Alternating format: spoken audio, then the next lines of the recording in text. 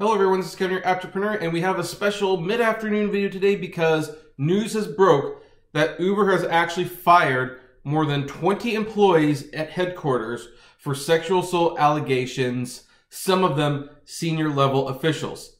Now, that doesn't sound like a whole lot of, well, compared to how many they have, it doesn't sound like a whole lot of employees. And we don't know the names of these people, so people aren't sure whether they're the grunt workers or whether they actually had an important part in the Uber culture.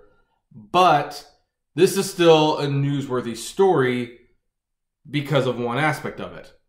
These people were fired from Uber's internal investigation, not the outside investigation that is being conducted by the former U.S. attorney, Eric something or other. I'm sorry, I'm so bad with names. And that, along with this other bit of information that is in a Business Insider article, which I will link to below. It's a fascinating read. I definitely recommend it. Definitely suggests that this is just the beginning, and the problems are probably really bad. Because here's the thing. I have made it very clear. I don't trust Uber to do anything right. I never expect them to take the high road. If there is a very basic goodwill thing they can do that will not cost them a penny, they won't do it. They never have. They don't care. The only way to care is to sue them. Now, the final report on the investigation is due soon, and it might be made public as early as next week.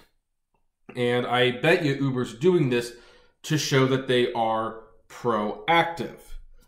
But how proactive they are, that's another matter. Because according to the article, some information in the official report is that they actually looked, one of the things they looked at anyway, was about 215 reported incidents of bullying, sexual harassment, or any other general complaint, of which at least 100 of those reported incidences Uber did nothing about. That's almost 50%. That's not good for a company. That's not good for a company. A company should ideally be looking into every incident, every bad instance that comes their way. Uber can barely be bothered to deal with half of the complaints that come their way. Half of them. And of course, there's what does over 20 mean?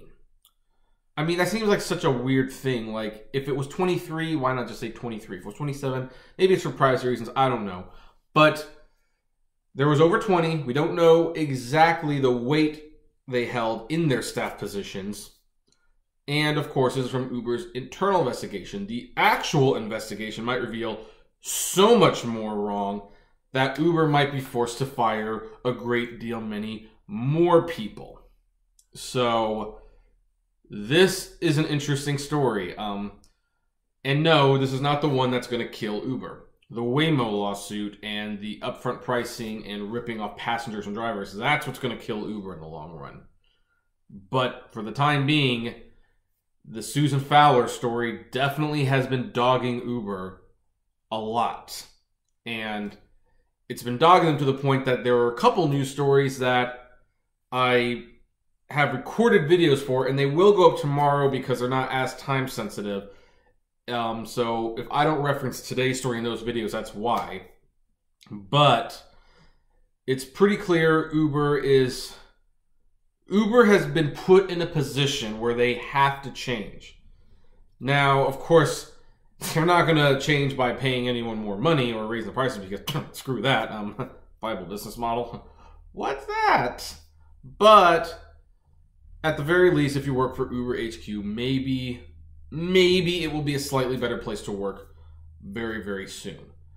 Of course, in today's world where we put a lot of emphasis on treating people nice, not even great, just nice, Uber is clearly falling very, very, very, very well below expectations on that front. And yeah, it's going to be interesting to see what happens from this. So anyway, what do you folks think? Do you think this is Uber being proactive because they genuinely care, or because they're trying to get ahead of the story?